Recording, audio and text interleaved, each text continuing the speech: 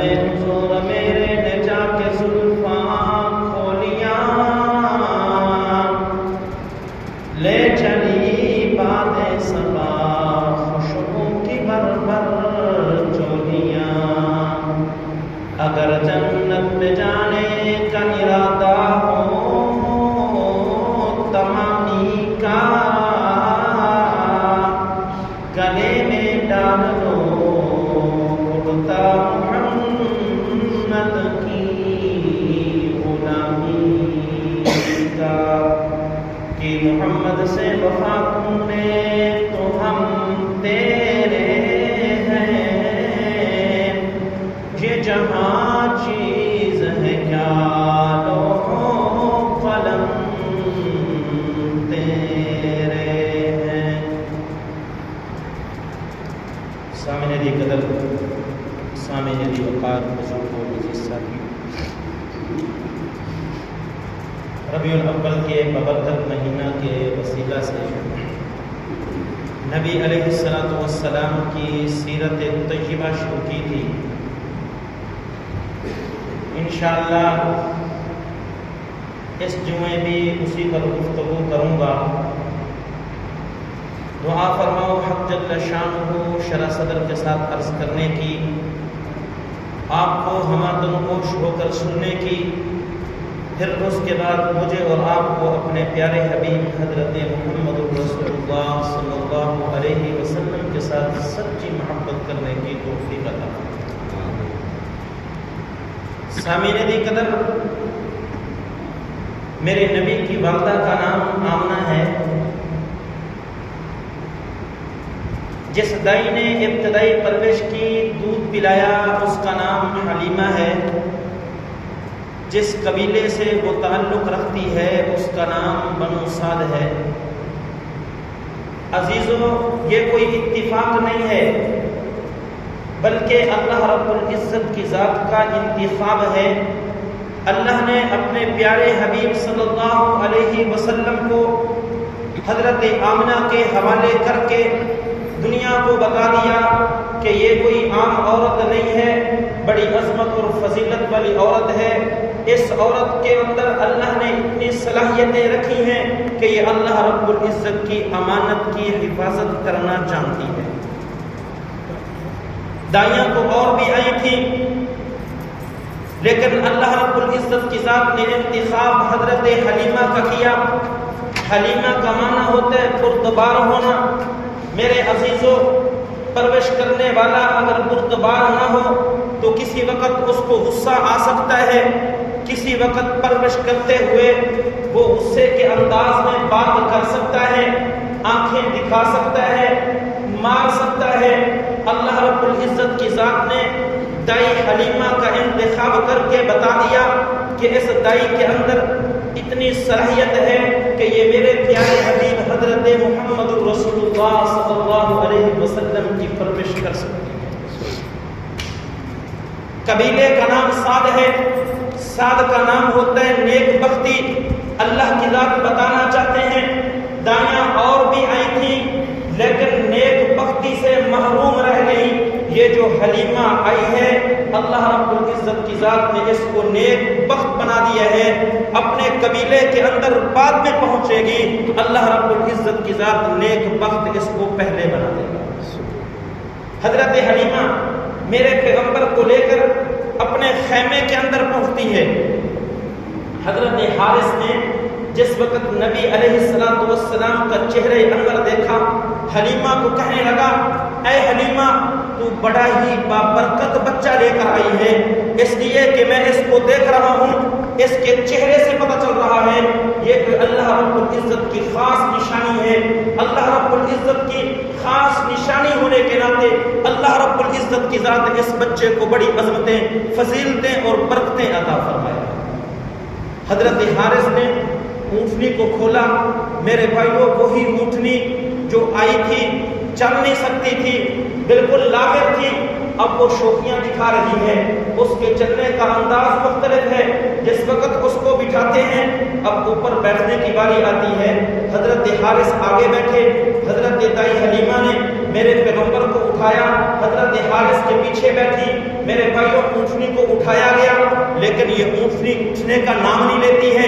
حضرت حارث کہنے لگے حلیمہ تھوڑی دیر نیچے اتر جاؤ، ہو سکتا ہے اس اونٹنی کو کوئی معاملہ ہو، کوئی اس کو مشکل پیش آ رہی ہو۔ جس وقت حضرت حلیمہ نیچے اترتی ہیں وہ اونٹنی جو ہے وہ اونٹنی کھڑی ہو جاتی ہے، دوڑنے لگتی ہے، چلنے لگتی ہے، پھر دوبارہ اس کو بٹھاتے ہیں، اسی انداز میں بیٹھتے ہیں۔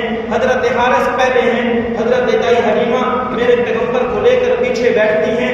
اب اونٹنی کو اٹھاتے ہیں، اونٹنی پھر بھی نہیں اٹھتی۔ میرے بھائیوں حضرت حارث کہتے ہیں حلیمہ ایک مرتبہ پھر اٹھو، میں اس اونٹنی کو چیک کرتا ہوں۔ میرے بھائیوں حضرت دائی حلیمہ جس وقت نیچے اترتی ہیں پھر یہ اونٹنی کھڑی ہو جاتی ہے، دوڑنے لگ جاتی ہے۔ حضرت حارث سمجھ جاتے ہیں یہ بچہ بڑی عظمت والا، یہ بچہ بڑی فضیلت والا، اللہ نے اس بچے کو بڑی عظمتیں عطا فرمائی ہیں، شاید اللہ رب العزت کی ذات یہ چاہتے ہیں اس کو پیچھا نہیں ہونا چاہیے، یہ بچہ پیچھے نہ ہو بلکہ یہ بچہ آگے بنے، اس لیے کہ اللہ کی ذات نے اس کو امام الانبیاء بنانا تھا، رحمت للعالمین بنانا تھا۔ یہ بچہ تو آیا ہی آگے بڑھنے کے لیے تھا، یہ پیچھے کیسے رہ سکتا ہے؟ پھر حضرت حارث نے اونٹنی بٹھائی، حضرت دائی حلیمہ کو فرمایا آپ اس بچے کو لے کر آگے بیٹھ جاؤ، میں آپ کے پیچھے بیٹھ جاتا ہوں۔ جس وقت انداز یہ اپنایا گیا میرے بھائیوں یہ اونٹنی شوخی مارتی ہوئی کھڑی ہو گئی اور دوڑنے لگ گئی۔ اب یہ اونٹنی چل رہی ہے، اس کا انداز مختلف ہے، انداز اس کا نرالا ہو گیا۔ وہی اونٹنی جو لاغر تھی، چل نہیں سکتی تھی، اب وہ دوڑ رہی ہے۔ میرے بھائیوں یہ دوڑتی ہوئی ان دائیوں کے جب قریب پہنچتی ہے وہ دائیاں پیچھے مڑ کے دیکھتی ہیں کہ بھائی یہ کیا معاملہ ہے، کیا ماجرا ہے، یہ مٹی کس چیز کی اڑ رہی ہے، یہ دھول اڑاتا ہوا کون آ رہا ہے۔ یہ اونٹنی دائیاں وہاں پر رک کے دیکھنے لگتی ہیں کہ بھائی آخر یہ کون آ رہا ہے۔ بعض دائیاں کہتی ہیں یہ دائی حلیمہ آ رہی ہے، دوسریاں ان کو ٹوک کر کہتی ہیں کہ نہیں وہ تو ہمارے ساتھ گئی تھی، اس کی اونٹنی تو چلتی نہیں تھی، لاغر تھی، یہ کیسے ہو سکتا ہے کہ وہ اتنی تیز اونٹنی کو دوڑتی ہوئی آ رہی ہو۔ وہ اسی گفتگو کے اندر تھی کہ حضرت دائی حلیمہ کی اونٹنی ان کے پاس پہنچ گئی۔ میرے بھائیوں یہ تعجب سے ان سے پوچھتی ہیں حلیمہ جس وقت تو ہمارے ساتھ گئی تھی تمہاری اونٹنی تو لاغر تھی، کیا خیال ہے مدینہ میں آپ نے اونٹنی کو تبدیل کر دیا ہے، کوئی اور اونٹنی لے کر آ گئی ہو؟ میرے بھائیوں حضرت دائی حلیمہ فرماتی ہے اے میری سہیلیوں، اے میری بہنوں، میں نے اونٹنی کو تبدیل نہیں کی ہے، سواری کو تبدیل نہیں کی ہے، ہاں البتہ اب اس کا سوار تبدیل ہو چکا ہے۔ پہلے ان دائیوں نے حضرت حلیمہ سے اجازت مانگی تھی کہ ہم آپ کے لیے رک نہیں سکتی، اس لیے ہم آپ سے پہلے جاتی ہیں۔ اب حضرت دائی حلیمہ ان کو ہاتھ جوڑ کر کہتی ہے میری اونٹنی مجھ سے بیر ہو چکی ہے، میں اس کو کنٹرول نہیں کر سکتی، اس لیے میں تمہارا انتظار نہیں کروں گی، ناراض نہ ہونا، میں تمہیں چھوڑ کر پہلے چلی جاتی ہوں۔ میرے بھائیوں محدثین نے لکھا، مفسرین نے لکھا، تاریخ دانوں نے لکھا، سیرت نگاروں نے دیکھا جس وقت یہ اونٹنی ابھی بنو سعد کے قریب ہی تھی، پہنچی نہیں تھی، اللہ رب العزت کی ذات نے فرشتوں کی ایک جماعت کو بھیجا، فرمایا جاؤ اس قبیلے کے اندر میرے پیغمبر آج قدم رکھنے والے ہیں، جا کر اس میں خوشبو کی چھڑکاؤ کر دو۔ حضرت حلیمہ فرماتی ہیں ہم اس قبیلے کے اندر پہنچے نہیں تھے، ہمیں دور سے ایک خوشبو آنے لگی، خدا کی قسم اس طرح کی خوشبو میں نے کبھی سونگھی نہیں تھی۔ جس وقت ہم وہاں قبیلے میں پہنچے ایسے خوشبو آ رہی تھی جیسا کہ یہاں کوئی معطر ہو، یہاں کوئی عطر پڑا ہوا ہو، جس سے یہ خوشبو پھوٹ پھوٹ کر پوری دنیا کے اندر پھیلتی جا رہی ہے۔ میرے بھائیوں حضرت حلیمہ نے اپنی یہ اونٹنی اپنے دروازے کے باہر بٹھائی۔ حضرت حلیمہ کی ایک بیٹی تھی جن کا نام شیمہ تھا، جوان عمر تھی، بچہ چھوٹا تھا، انہی کو یہ بچہ پکڑا کر آئی تھی۔ حضرت حلیمہ نے جس وقت اونٹنی بٹھائی یہ حضرت شیمہ دوڑتی ہوئی اندر آئی۔ حضرت حلیمہ اس اونٹنی سے نیچے اترتی ہیں، حضرت حارث نیچے اترتے ہیں، ایک کمرے میں چلے جاتے ہیں۔ حضرت شیمہ اس اونٹنی سے سامان اتارتی ہیں، اس کے بعد اس اونٹنی کو اٹھا کے باندھنے کے لیے جاتی ہیں تو دیکھا کہ اس اونٹنی کے تھنوں میں دودھ اتر چکا ہے۔ وہ حیران اور پریشان ہوتی ہیں، لیکن ان کی پریشانی اس وقت دور ہو جاتی ہے۔ وہ کہتی ہیں کہ یہاں پر تو گھاس نہیں تھا، یہ دیہات ہے، یہاں پاکسالی کا زمانہ تھا، اور شاید یہ شہر سے اچھا چارہ کھا کر آئی ہے، شہر سے ہو کر آئی ہے، اس لیے اس کے تھنوں میں دودھ اتر گیا ہو۔ انہوں نے اونٹنی باندھی، جب یہ اپنی بکریوں کے پاس سے گزرنے لگی تو دیکھا کہ ان کی بکریاں بھی آپس میں سینگ اڑا رہی ہیں، ایک دوسرے کے ساتھ مستی کر رہی ہیں۔ میرے بھائیو، یہ مستی کرنا اس بات کی علامت ہوتا ہے کہ ان کے پیٹ بھرے ہوئے ہیں۔ حضرت شیمہ حیران ہو جاتی ہیں، چلانے کے لیے میں گئی تھی، بھوکھی آئی تھی، اس وقت ان سے چلا نہیں جا رہا تھا، اب یہ ایک دوسرے سے مستیاں کر رہی ہیں، ان کی نظر تھنوں پر پڑتی ہے۔ میرے بھائیوں، ان کے تھنوں میں دودھ آ چکا ہے۔ یہ حضرت شیمہ اسی حیرانی کو لے کر اپنی ماں کے پاس پہنچتی ہے۔ اماں جی بتاؤ تو سے یہ انداز کیسے تبدیل ہو گیا، یہ کس طرح، یہ برکات کس طرح ہمارے گھر کے اندر آ گئی کہ جس وقت آپ یہاں سے باہر تھی گھر کے اندر خشکی تھی، جب گھر کے اندر آپ نے قدم رکھا ہے یہاں پر تو اللہ کی رحمتیں ہی رحمتیں نظر آ رہی ہیں۔ اونٹنی کو دیکھتی ہوں، پیٹ بھرا ہوا ہے، اس کے تھنوں میں دودھ موجود ہے۔ بکریاں دیکھتی ہوں، پیٹ بھرا ہوا ہے، تھنوں میں دودھ موجود ہے۔ حضرت حلیمہ فرمانے لگی، بیٹی یہ برکات کسی اور کی نہیں ہے، یہ آپ کے ننھے بھائی حضرت محمد کی برکات ہے۔ پھر حضرت حلیمہ نے تھوڑی سی اپنی بیٹی کو کارگزاری سنائی۔ حضرت شیمہ نے جس وقت پیغمبر کو اپنے ہاتھوں میں اٹھایا دیکھ کر حیران رہ گئی، کہتی ہے اماں خدا کی قسم اس طرح کا بچہ میں نے کبھی نہیں دیکھا ہے، ایسا حسین و جمیل بچہ لے کر آئی ہو، ایسا برکتوں والا بچہ لے کر آئی ہو، خدا کی قسم اماں اس طرح کا بچہ میں نے کبھی نہیں دیکھا۔ حضرت حلیمہ فرمانے لگی، جاؤ اپنے ابو کو جا کر کہو اونٹنی کا دودھ نکالیں، اور تم جاؤ بکریوں کا دودھ نکالو۔ میرے بھائیو، حضرت حارث اٹھے، اونٹنی کے پاس پہنچے، حضرت شیمہ گئی بکریوں کے پاس پہنچی، دودھ نکالنا شروع کیا۔ ایک برتن لے کر آئے بھر گیا، دوسرا لے کر آئے بھر گیا، تیسرا لے کر آئے بھر گیا۔ میرے بھائیو، سیرت نگار کہتے ہیں گھر میں جتنے برتن تھے وہ ختم ہو گئے، ابھی تک بھی اونٹنی کے تھنوں میں اور بکریوں کے تھنوں میں دودھ باقی تھا۔ اللہ نے اتنی رحمتیں حضرت حلیمہ کو عطا فرما دی، اللہ نے اتنی سعادتیں حضرت حلیمہ کو عطا فرما دی۔ میرے بھائیوں، پھر اس کے بعد سے حضرت حلیمہ کی بکریاں جب بہر جاتی تھی واپس آتی تھی، ان کا پیٹ بھرا ہوا ہوتا تھا۔ وہی دائیاں جو حضرت حلیمہ کو چھوڑ کر آ گئی تھی، جو حضرت حلیمہ جو نبی علیہ السلام کو چھوڑ کر آ گئی تھی، کہ صرف یہ سمجھتے ہوئے کہ ان کا والد کا سایہ سر پہ نہیں ہے، ہمیں کچھ ملے گا نہیں۔ میرے بھائیوں، وہی حضرت اپنے بچوں کو کہنے لگی کہ جہاں حضرت حلیمہ کی بکریاں چلتی ہیں تم بھی اپنی بکریوں کو وہاں پر لے جایا کرو۔ ان کے بچے ان کو کہتے، اماں ہم بھی اپنی بکریوں کو تو وہیں لے کر جاتے ہیں، لیکن جب شام ہوتی ہے حلیمہ کی بکریوں کا پیٹ بھرا ہوتا ہے، ہماری بکریاں آتی ہیں ان کا پیٹ خالی ہوتا ہے۔ ان کو کیا پتا تھا کہ نبی آخر الزمان کی برکات ہے، یہ اس بچے کی برکات ہیں جس بچے کو میرے بھائیوں کو یتیم سمجھ کر وہاں چھوڑ کے آ گئی تھی۔ ان کو کیا پتا تھا یہ یتیم نہیں ہے، یہ تو در یتیم ہے۔ میرے بھائیوں، حضرت حلیمہ رضی اللہ تعالی عنہ کو اللہ کی ذات نے بڑی سعادت عطا فرمائی، بڑی برکات عطا فرمائی۔ حضرت حلیمہ کہتی ہیں نبی علیہ السلام گھر کے اندر ہوتے تھے، رات کو ہمیں دیا جلانے کی ضرورت محسوس نہیں ہوتی تھی، ہم دیا نہیں جلایا کرتے تھے۔ میرے بھائیوں، جو کمرہ ہوتا تھا اس کمرے کے جو سوراخ ہوتے تھے ان سوراخوں کو سے بھی روشنی نکل کر بہر آیا کرتی تھی۔